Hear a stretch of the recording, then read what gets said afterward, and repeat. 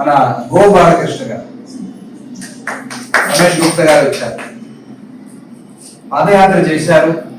హైదరాబాద్ నుంచి తిరుపతి వరకు అద్భుతమైన, అరుణాచలం వెళ్ళి అద్భుతమైన పాదయాత్ర. ఇప్పుడు కాశ్మీర్ నుంచి కన్యాకుమారి పాదయాత్ర చేస్తున్నారు. పాదయాత్రలు చాలా మంది చేస్తూ ఉంటారు, మనం వింటూ ఉంటాం. కానీ ఇది ఒక విశేషమైన పాదయాత్ర, ఒక కారణంతో జరుగుతూ ఉండే పాదయాత్ర, గోమాత కోసం జరుగుతూ ఉండే పాదయాత్ర. ఇది చాలా ముఖ్యం. గోమాత మనకి తల్లి. గోమాత బాగుంటేనే మనం అందరం బాగుంటాం. ఈ ప్రపంచం, ఈ భూమి బాగుండాలి అంటే గోమాత బాగుండాలి. ఇది మనకి శాస్త్రాలు, వేదాలు, పురాణాలు చెప్తూనే ఉన్నాయి. సైన్స్ కూడా ఇప్పుడు చెప్తాం. ఎన్ని రకాలుగా ఎన్ని చెప్పినా కూడా గోమాత యొక్క శక్తిని అందరూ తెలుసుకోలేకపోతున్నారు.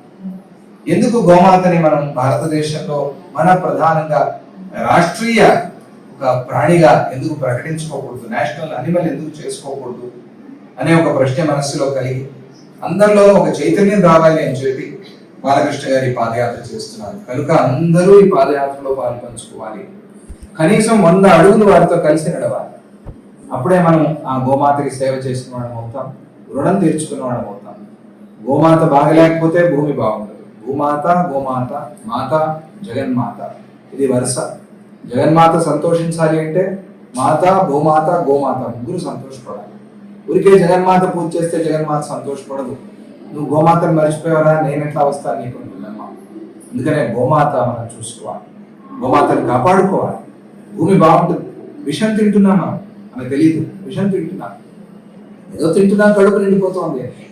ఈరోజు భారతదేశం 40% క్యాన్సర్. బాధ అవుతుంది, భయం అవుతుంది.